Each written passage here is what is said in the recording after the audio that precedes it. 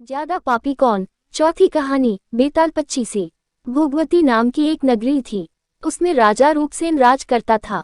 उसके पास चिंतामणि नाम का एक तोता था। एक दिन राजा ने उससे पूछा, हमारा ब्याह किसके साथ होगा।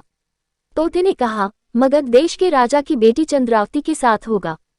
राजा ने ज्योतिषी को बुलाकर पूछा तो उसने भी यही कहा। उधर मगध देश की राजकन्या के पास एक मैना थी। उसका नाम था मदन मंजरी।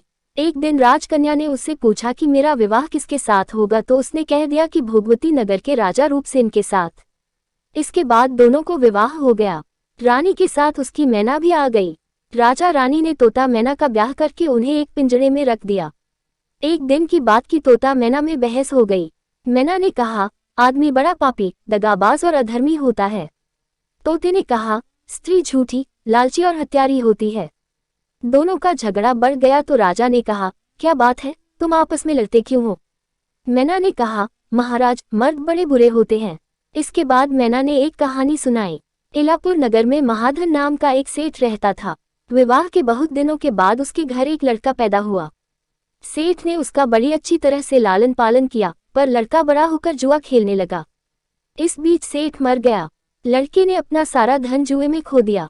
जब पास में कुछ न बचा तो वह नगर छोड़कर चंद्रपुरी नामक नगरी में जा पहुंचा। वहां हेमगुप्त नाम का साहूकार रहता था।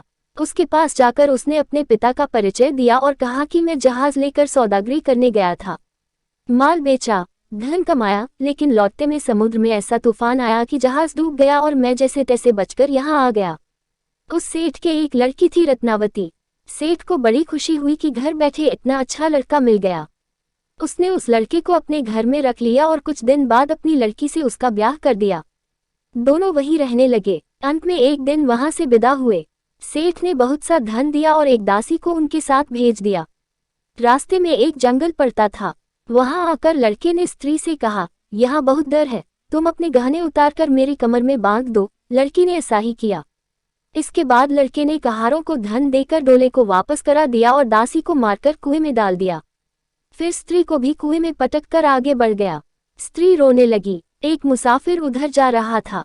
जंगल में रोने की आवाज सुनकर वह वहां आया, उसे कुएं से निकालकर उसके घर पहुंचा दिया। स्त्री ने घर जाकर माँ बाप से कह दिया कि रास्ते में चोरों ने हमारे गहने छीन लिए और दासी को मारकर मुझे कुएं में धकेलकर भाग गए। बाप ने उसे ढाढ़स बंधाया और कहा कि तू चिंता मत कर, तेरा स्वामी जीवित होगा और किसी दिन आ जाएगा। उधर वह लड़का जेवर लेकर शहर पहुंचा। उसे तो जुए की लत लगी थी। वह सारे गहने जुए में हार गया। उसकी बुरी हालत हुई तो वह ये बहाना बनाकर कि उसके लड़का हुआ है, फिर अपनी ससुराल चला। वहां पहुंचते ही सबसे पहले उसकी स्त्री मिली। वह बड़ी खुश हुई। उसने पति से कहा, आप कोई चिंता न करें, मैंने यहाँ आकर दूसरी ही बात कही है। जो कहा था वह उसने बता दिया।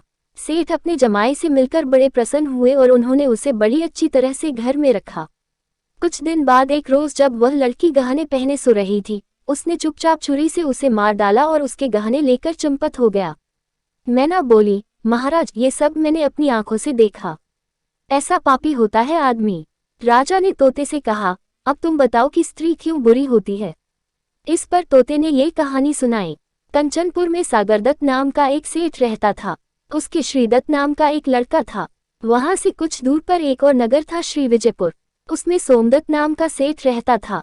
उसके एक लड़की थी, वह श्रीदत्त को ब्याही थी। ब्याह के बाद श्रीदत्त व्यापार करने परदेश चला गया। 12 बरस हो गए और वह न आया तो जयश्री व्याकुल होने लगी। एक दिन वह अपनी अटारी पर खड़ी थी कि एक आदमी उसे दिखाई दिया। उसे देखते ही वह उस पर मोहित हो गई। उसने उसे अपनी सखी के घर बुलवा लिया। रात होते ही वह उस सखी के घर चली जाती और रात भर वहां रहकर दिन निकलने से पहले ही लौट आती। इस तरह बहुत दिन बीत गए। इस बीच एक दिन उसका पति परदेश से लौट आया। स्त्री बड़ी दुखी हुई, अब वह क्या करे। पति हारा थका था। जल्दी ही उसकी आंख लग गई और स्त्री उठकर अपने दोस्त के पास चल दी। रास्ते में एक चोर खड़ा था। वह देखने लगा कि स्त्री कहाँ जाती है। धीरे धीरे वह सहेली के मकान पर पहुंची। चोर भी पीछे पीछे गया। संयोग से उस आदमी को सांप ने काट लिया था और वह मरा पड़ा था। स्त्री ने समझा सो रहा है। वहीं आंगन में पीपल का एक पेड़ था जिस पर एक पिशाच बैठा ये लीला देख रहा था। उसने उस आदमी के शरीर में प्रवेश करके उस स्त्री की नाक काट ली और फिर उस आदमी की देह से निकलकर पेड़ पर जा बैठा। स्त्री रोती हुई अपनी सहेली के पास गई। सहेली ने कहा कि तुम अपने पति के पास जाओ और वहां बैठकर रोने लगो। कोई पूछे तो कह देना कि पति ने नाक काट ली है। उसने ऐसा ही किया। उसका रोना सुनकर लोग इकट्ठे हो गए। आदमी जाग उठा। उसे सारा हाल मालूम हुआ तो वह बड़ा दुखी हुआ। लड़की के बाप ने कोतवाल को खबर दे दी। कोतवाल उन सबको राजा के पास ले गया। लड़की की हालत देखकर राजा को बड़ा गुस्सा आया। उसने कहा, इस आदमी को सूली पर लटका दो। वह चोर वहां खड़ा था। जब उसने देखा कि एक बेकसूर आदमी को सूली पर लटकाया जा रहा है तो उसने राजा के सामने जाकर सब हाल सच सच बता दिया।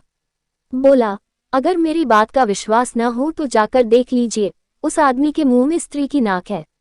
राजा ने दिखवाया तो बात सच निकली।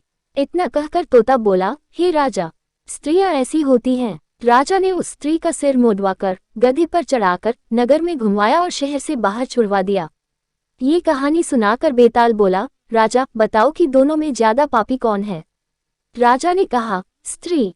बेताल ने पूछा, कैसे। राजा ने कहा, मर्द कैसा ही दुष्ट हो, उसे धर्म का थोड़ा बहुत विचार रहता ही है, स्त्री को नहीं रहता, इसलिए वह अधिक पापिन है।